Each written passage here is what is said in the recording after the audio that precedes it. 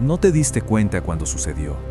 El día que tu voz se hizo más suave, la noche que dejaste de llorar en voz alta, ese momento en que aprendiste a encogerte, a complacer, a desaparecer. Lo llamaste madurar, pero algo más estaba pasando. Solía pensar que simplemente nací así, ansioso, cauteloso, siempre leyendo el ambiente antes de entrar. Pensé que todo el mundo caminaba por la vida como si pisara cristales.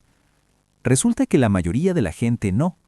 La mayoría de la gente no creció en hogares donde el silencio tenía una temperatura, donde podía sentir el cambio de humor antes de que la puerta se abriera, donde el amor no era una constante, era el clima, y aprendiste a predecir tormentas.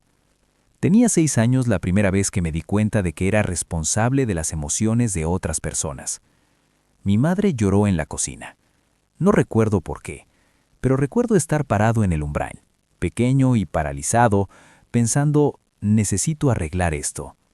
Así que hice lo que hacen los niños.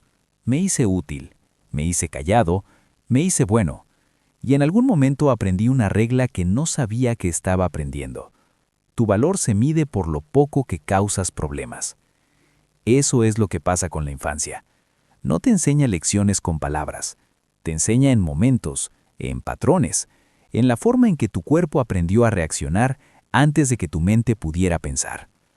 No recuerdas que te dijeran que eras demasiado, pero recuerdas el suspiro, la mirada, el silencio que siguió a tu entusiasmo. Y tu sistema nervioso recuerda aún más. Me convertí en un experto en leer rostros. Podía decirte lo que alguien sentía antes de que dijera una palabra. Todavía puedo. No es un don, es una habilidad de supervivencia.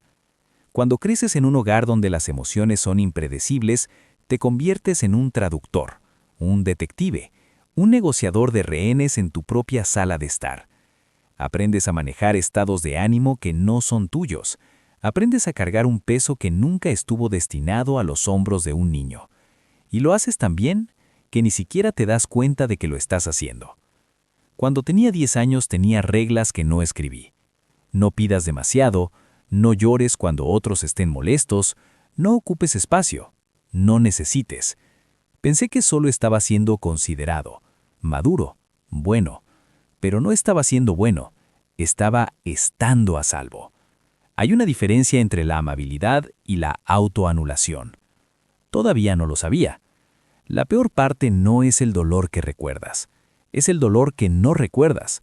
Los miles de pequeños momentos que no se sintieron como trauma porque eran simplemente normales.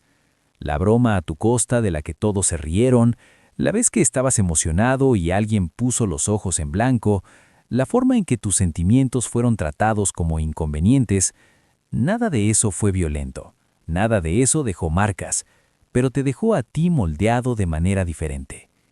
Crecí creyendo que el amor era algo que se ganaba, que si eras lo suficientemente bueno, lo suficientemente servicial, lo suficientemente callado, tal vez valdría la pena mantenerte.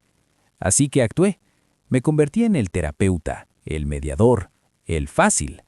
Aprendí a reírme a mi costa, a disculparme por cosas que no eran mi culpa, a decir, está bien, cuando no lo estaba.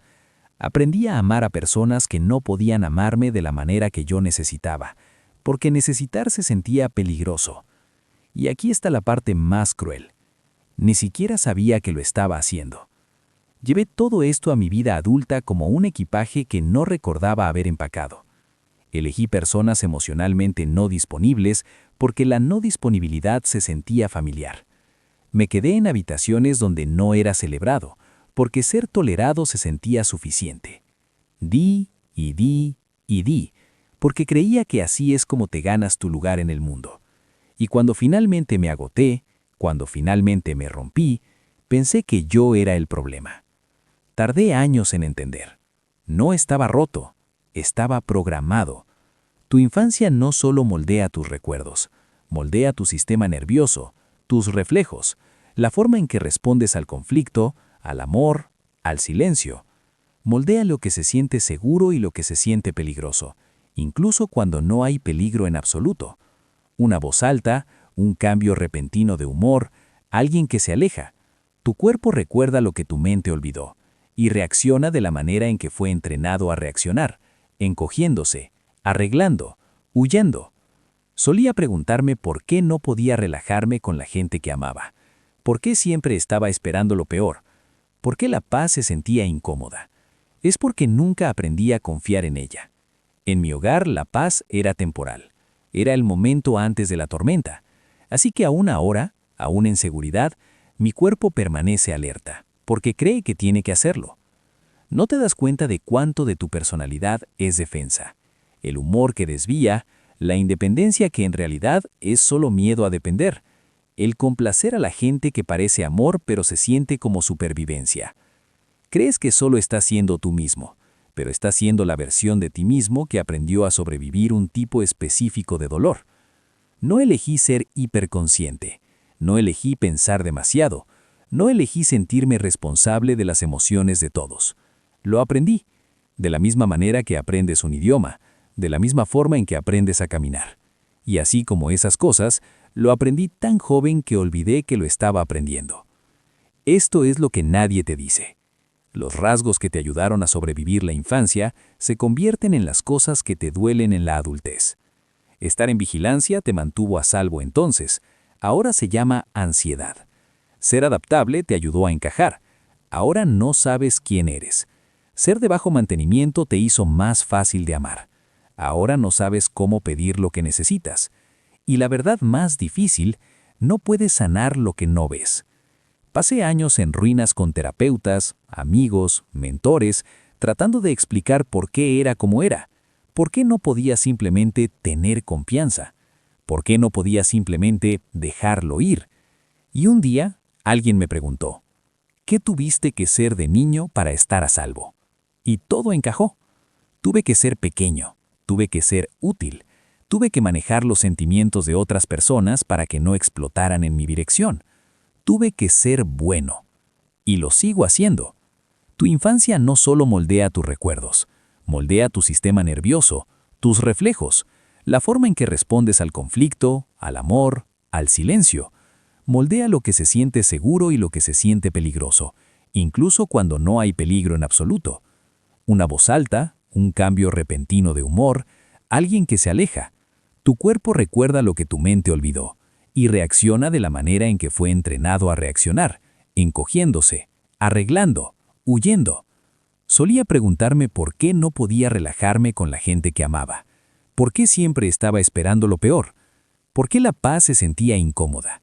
Es porque nunca aprendí a confiar en ella. En mi hogar la paz era temporal.